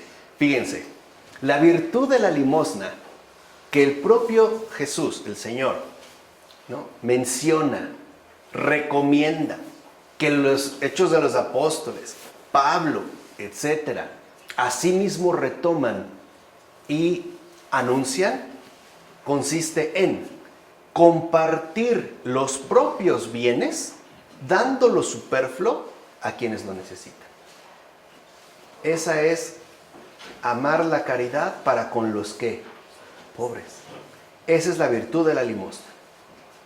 Repito, no es dar, porque dar cualquiera lo puede hacer, poco o mucho. Hay personas que dan 1 peso, pero dan. Hay personas que dan 1000 pesos, pero dan igual. Ahí no es el punto. La virtud de la limosna es compartir los propios bienes, dando lo superfluo a quienes lo necesitan. Por ejemplo, si yo tengo un auto detenido de colección, eso es superfluo. No forma parte de mis necesidades reales y concretas. ¿Qué puedo hacer? Venderlo. Y dar eso a quien realmente lo necesita. Hablemos de ropa. ¿Cuántas veces en gestos bien concretos decimos, no manches, ya no tengo ropa? Y abro mi closet y tengo un montón de ropa que ni me pongo. No salgo de mi misma playera y de mi mismo pants. Ni me la pongo. Cuando hay gente que de verdad necesita, aunque sea esa playera, y no la doy. No estoy dispuesto a darla. Ahí no hay limosna, no hay virtud de la limosna. Porque sigo manteniendo lo superfluo. Entonces, ¿qué pasaría con una persona que tuviera 6 casas?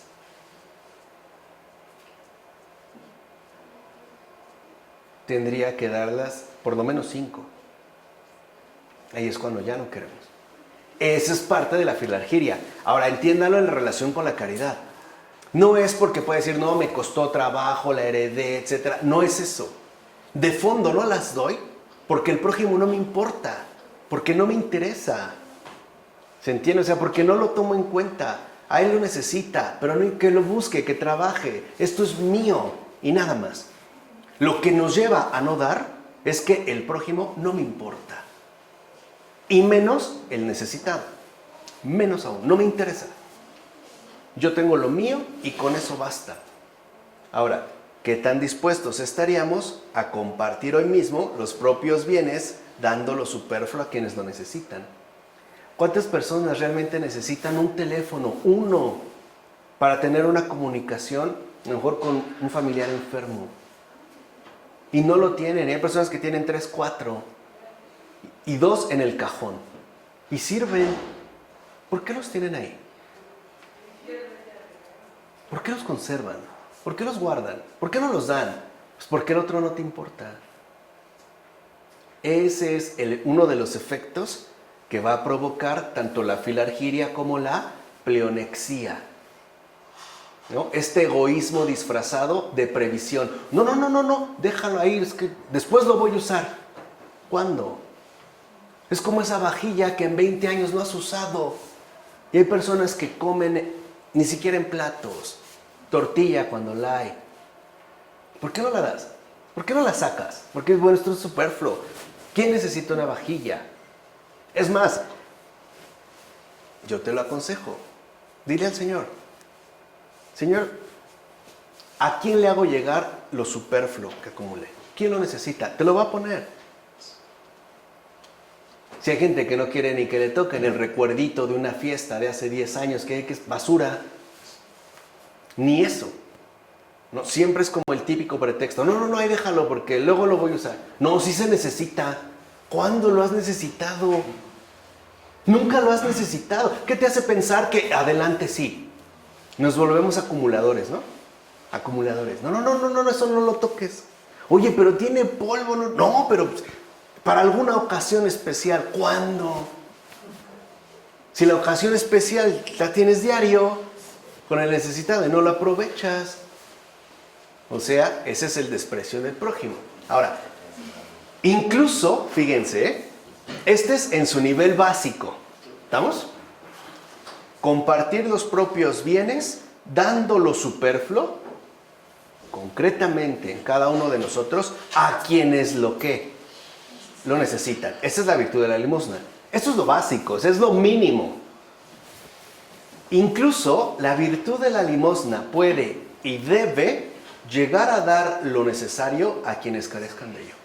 Incluso eso, Incluso aunque lo que para mí resulte que necesario. Por ejemplo, la comida. Incluso hacia eso puede hacer la virtud de la limosna. Es más, no solo puede, debe. Así pues, la virtud de la limosna se opone directamente a la filargiria, que siempre se propone conservar para uno mismo las riquezas, como la pleonexia, que no pretende sino apropiarse siempre de nuevos bienes y riquezas, que en gran medida le van a resultar superfluos, cuando para otra gente esos bienes y riquezas le serían incluso drásticamente necesarios. Esto es entonces lo que los vence. En consecuencia, la virtud de la limosna aparece como el remedio por excelencia para estas dos formas de enfermedad espiritual. De manera concreta es deshacerme de lo superfluo para darlo a quienes lo necesitan. Y llegado el caso, dar incluso lo necesario. Aunque para mí me resulte que necesario, ¿no? Como afirma San Doroteo de Gaza, el médico de nuestras almas es Cristo, que lo sabe todo y da a cada pasión el remedio adecuado. Por ejemplo, la limosna contra la filargiria. Ahora bien, este remedio resulta especialmente apropiado para todos aquellos que, al vivir en el mundo, o sea, nosotros, todos y cada uno de los que estamos aquí, poseen ciertamente algo. A diferencia del monje que ha realizado la no posesión en sentido estricto, si lo quieren ver así en sentido explícito. No obstante, aún así, la limosna sigue siendo para el monje un deber en un segundo sentido. Por ejemplo, él también debe distribuir la palabra de Dios y los bienes espirituales que él mismo recibe. O sea, tampoco el monje, aunque no tenga riquezas materiales, debe desatender al prójimo. También le debe dar lo que el prójimo necesita y que él posee. Por ejemplo, el conocimiento, la profundización en la palabra de Dios y todos los bienes espirituales que ha recibido en su vida particular. Ahora, aquí, la virtud de la limosna en particular sí se dirige de manera más precisa a todos y cada uno de nosotros, que ciertamente poseemos algo. ¿Cuántas veces en nuestra despensa, en nuestra alacena, se han echado a perder cosas y las tiramos? En ningún momento me pregunté, híjole, no lo uso, ¿quién lo necesitará? No me interesa. El prójimo simple y sencillamente desaparece, ¿no? Se esfuma. Además, habría que señalar que la palabra limosna, al menos en griego, también significa piedad, compasión. Entonces veamos. Dicho de otra manera, la limosna implica, en cualquier caso, un compartir, tanto espiritual como ¿qué? Como material. Es decir, que no consiste solo en un acto o en una serie de actos superficiales. Ah, ya le di una moneda, qué bueno soy. No, ese es un acto superficial, que justamente por ser tales carecerían de una disposición espiritual permanente. Esto es de hecho lo que va a caracterizar de manera esencial la virtud de la limosna, una disposición espiritual permanente. Ahora vean, esta disposición interior, porque muchos dan, pero no según la virtud de la limosna. Dan porque tienen que dar, dan porque tienen, porque están como obligados, no porque realmente vivan la virtud de la limosna. Veamos. Esta disposición interior que acompaña a tal virtud es de hecho mucho más importante que el don ofrecido. Por eso Cristo recomienda, dad de limosna lo que está en vuestro ¿qué? Interior. No lo material, sino lo que está en nuestro interior. Como subrayan los padres, la finalidad de la limosna no es únicamente ayudar al pobre materialmente, sino que ante todo implica la formación espiritual de aquel que da, o sea, su vida interior. La virtud de la limosna no involucra solamente lo que se da en términos materiales, sino la vida interior que nosotros llevamos, es decir, esta disposición espiritual permanente. San Juan Crisóstomo llegará a decir que Dios ha ordenado la limosna no tanto para el alivio de la indigencia, sino para que ante todo aproveche a quienes la realizan.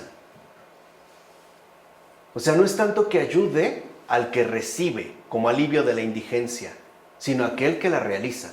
En pocas palabras, es por su propio bien. No es que el otro le deba, es que gracias a él, al pobre, al necesitado, él ha podido aliviarse de esas pasiones. De hecho, cuando alguien practica la virtud de la limosna, uno entiende que yo no le di, al contrario, le debo al otro, porque gracias al pobre, al necesitado, yo pude hacer este bien, y sobre todo, un gran bien para mi alma. Ahí la lógica se invierte. Vemos cómo es el proceder de Dios. Humanamente hablando, pensamos que cuando alguien nos da, le debemos una especie de agradecimiento perpetuo, ¿no? No. ¿Cierto o no? No. Y a veces te lo recalcan, ay, lo que te di. No. Aquí la lógica es distinta. Aquí no se trata de una especie de condena de gratitud perpetua, ¿no? A perpetuidad, un agradecimiento a perpetuidad. No. Aquí se trata de entender que justamente el que ha realizado la virtud de la limosna está en deuda, aún así con el que dio, porque es gracias a la carencia del necesitado que él pudo practicar esta virtud. Dicho de otra manera, sin el pobre, el rico no puede hacer el bien. Ya, va a acabar pronto. Ahí la deuda es al revés, ¿eh? El que la ha realizado está en deuda con el que recibió, porque gracias a él pudo ejercitar esta virtud para el bien de su propia alma. Así pues, el que da recibe un beneficio mayor, ya que lo que da, al ser material, tarde o temprano desaparecerá. Por ejemplo, yo le puedo dar a Claudio 1 kilo de frijoles. No le va a durar toda la vida. ¿O sí? Así se comiera un frijol diario. Se le va a acabar. Mientras que la disposición interior permanente se fortalece cada vez más en tanto bien espiritual. Así el que da material, ahí no está el peso, sino en lo espiritual que él mismo ha podido desarrollar. Y eso no se acaba, eso más bien se incrementa. Asimismo, debemos señalar que la limosna no estriba en su cantidad material. De hecho, esta siempre estará en relación con los medios disponibles de quien da. O sea, si alguien da mucho, pues es porque tiene mucho, obvio. Si alguien da casi nada, pues es porque no tiene casi nada. Siempre mantiene una relación. O sea, no hay que pensar que porque alguien da mucho, en base a la cantidad material, es mejor. No, siempre va en relación con los medios disponibles de cada uno. Si alguien puede dar 1 millón, que bueno. Si alguien puede dar 1 centavo, pues es lo que tiene en los medios disponibles. Por eso San Juan Crisóstomo tranquiliza a los que tienen pocos medios, ya que Dios, ante todo, toma en cuenta la voluntad de la persona y la pureza de su intención. A lo mejor nadie puede hacer un donativo al estilo Bill Gates, ¿no? 10 millones de dólares. A lo mejor puedo dar un peso, pero de verdad ese peso es lo que yo puedo dar según mis medios, ¿qué? Disponibles. O sea, no tenemos por qué pensar que porque damos poco o casi nada, pues no vale, ¿no? O no importa. No, claro que importa. Porque para una persona que realmente se atiene a lo necesario, un peso puede ser mucho. Algunos lo sabemos, otros no. A lo mejor para alguien no es nada, para otros sí. Incluso puede ser desacompletar un pasaje, ya no alcanzarte para el camión, tener que caminar. Ya no puedes comprarte tu leche light deslactosada, no sé qué. Pues ahora la más barata, ¿no? Ni modo. Y tiene una repercusión directa en tu vida. O sea, no crean que es la cantidad la que realmente lo expresa.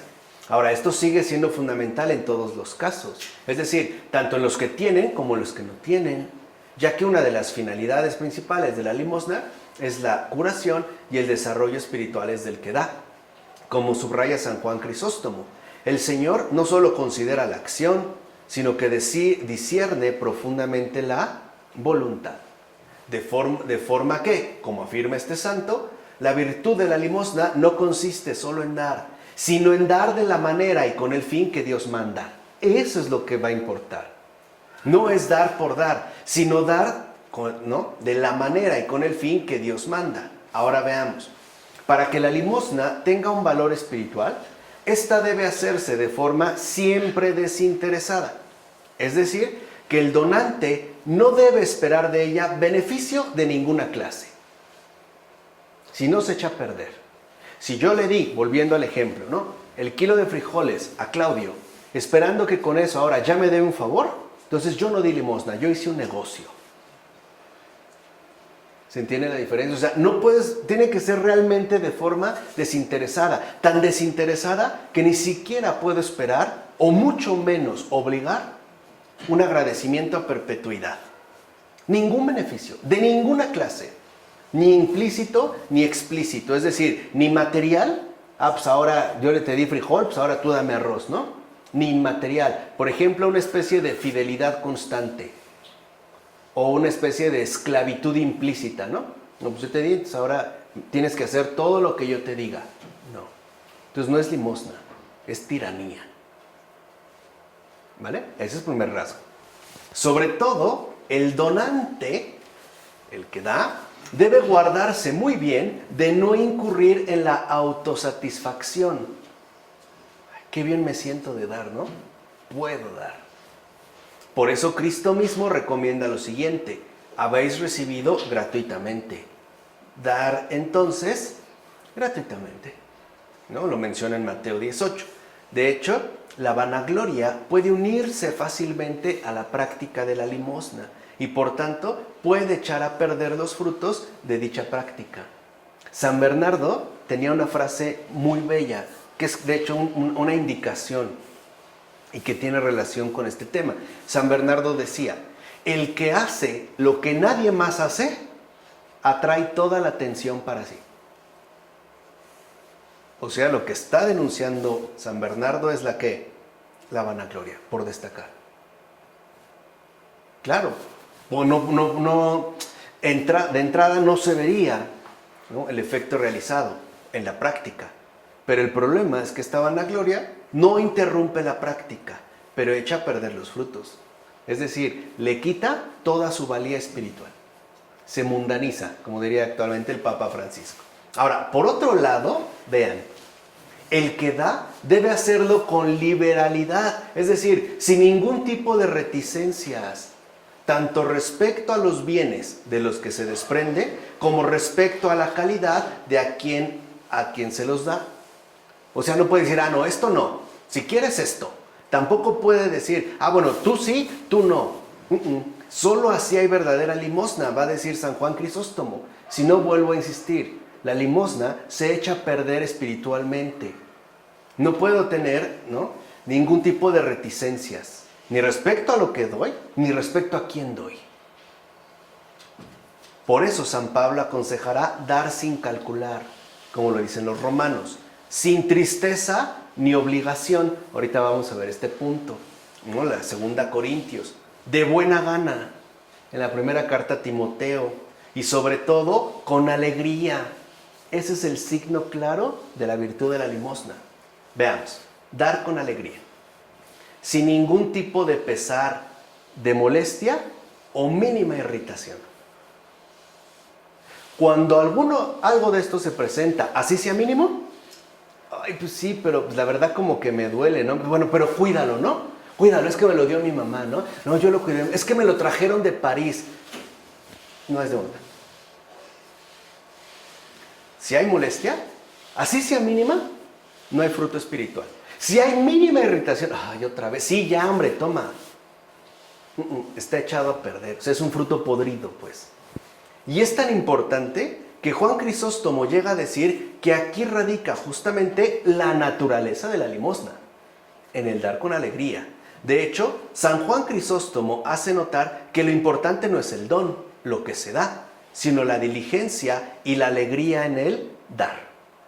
Así pues, esta alegría es aquello que atestigua que la virtud de la limosna realmente procede de un espíritu de caridad. Hay personas que dan, pero no con un espíritu de caridad. Entonces, la práctica de la limosna es, como afirma San Juan Crisóstomo, la alegría de la caridad que se derrama. Si a mí me molesta ya que me pidan, no tengo espíritu de caridad, solamente doy. Y eso lo hace cualquiera. Si a mí me irrita algo que me pidieron, si yo pongo reticencias, dijimos, ¿no?, en lo que me piden, o en la calidad de la persona, tú sí, tú lo mereces, tú no lo mereces, no estoy obrando con espíritu de caridad, estoy dando por dar. Es más, estoy dando porque tengo para dar, y por eso se me hace pesado. Ahí faltaría el espíritu entonces de la caridad. Entonces, lo que vemos es que la limosna no tiene valor espiritual, sino en tanto forma y manifestación de esa caridad derramada con sincera, ¿qué? Alegría. Hay personas que dan porque tienen que dar, no queda de otra, pero eso no es limosna, y mucho menos implicaría el espíritu de caridad. De hecho, fíjense, puede darse el caso que alguien dé mucho, mucho materialmente hablando, pero sin genuino espíritu de caridad, ya que ese alguien, esa persona, puede llegar a dar con molestia, aunque sea mínima, con reproches, con reclamos y sobre todo con hartazgo e irritación interior. Sí hay casos así. Si una persona ya se hartó de dar, ya reprocha, ¿no?, ya se enoja, ya reclama, pero si yo di esto, entonces ¿por qué aquello? ¿Qué sucedió? No hay espíritu de caridad. Da mucho materialmente, pero espiritualmente no hay nada. Y este es un caso delicado. Por eso San Juan Crisóstomo escribe lo siguiente: hay que tener amor a Dios y que sea esto lo que nos mueva ¿a qué? A dar. Por eso, cuando a nosotros se nos invite a dar, tenemos que primero darnos cuenta si efectivamente estoy dando según el espíritu de caridad o según una obligación molesta. Si a mí me molesta dar, aunque sea mínimamente, si yo reprocho, si yo reclamo y sobre todo ya siento hartazgo, molestia, manoteo, ¿no?, una irritación, un enojo, entonces mejor no debo dar. ¿Se entiende? O sea, el de dar por dar. ¿Vale? Al menos tendría que purificarme profundamente en esto. O sea, tendría que intensificar mi amor ¿a qué? A Dios, mi fidelidad a Él. Y a la inversa, el amor al prójimo y a Dios es lo que hará que la limosna sea practicada, siempre y en todos los casos, según la alegría de la caridad. Como dice el apóstol San Juan: si alguno posee bienes del mundo y viendo que su hermano pasa necesidad, le cierra las entrañas, ¿cómo puede permanecer en él el amor de Dios? Si se estaría justamente oponiendo. Ahora bien, dado que el ser humano ha sido creado a imagen de Dios, es hijo de Dios y hermano de Cristo por adopción, y por ende está destinado a llegar a ser Dios por gracia. Por eso, todo lo que se hace contra el prójimo afecta directamente a Dios en Cristo. Como enseña Cristo al evocar los actos de misericordia. En verdad os digo, cada vez que hicisteis estas cosas a uno de estos mis hermanos más pequeños, a mí me lo hicisteis. Y cada vez que no hicisteis estas cosas a uno de estos más pequeños, no me las hicisteis a mí. Así que la limosna supone la conciencia clara de dar a Dios mismo a la vez que al prójimo. Ambas serían, pues, inseparables. Si yo, ¿no? Me voy a regresar un poquito porque aquí vamos a terminar. Pero si yo doy con molestia, aunque sea mínima, con reproches, con reclamos, sobre todo con hartazgo e irritación interior, es porque de fondo la molestia es hacia Dios mismo. Y esta molestia hacia Dios se va a ver reflejada directamente en mi actitud hacia el prójimo. Por eso les decía que es inseparable. Quien maltrata al prójimo es porque en realidad no ama a Dios. Lo dice, pero no lo vive. Por eso es tan importante, como les decía, que nosotros indaguemos en qué medida esto que hemos mencionado puede estar o no presente en nuestro propio corazón. Para que entendamos también cómo es que uno puede curarse, no, falta un aspecto de la limosna, pero para que uno entienda cómo uno de hecho puede y debe curarse tanto de la filargiria, recuerden, ¿no?, que a grandes rasgos traducimos por avaricia, y de la pleonexia, que a grandes rasgos traducimos por codicia. Y ya vimos que no es cosa fácil, pero hay una regla importante: no dejarse llevar por lo superfluo, mantenerse tranquilamente en lo necesario. Si nosotros nos mantenemos en lo necesario, el Señor hará que nunca nos falte nada. Nada. No habrá pues como esta inquietud. ¿Se entiende? Por eso creo que es importante pedirle al Señor que nos libre tanto de la filargiria como de la pleonexia y que nos conceda un auténtico espíritu de caridad. ¿De acuerdo? En nombre del Padre, del Hijo, del Espíritu Santo. Amén.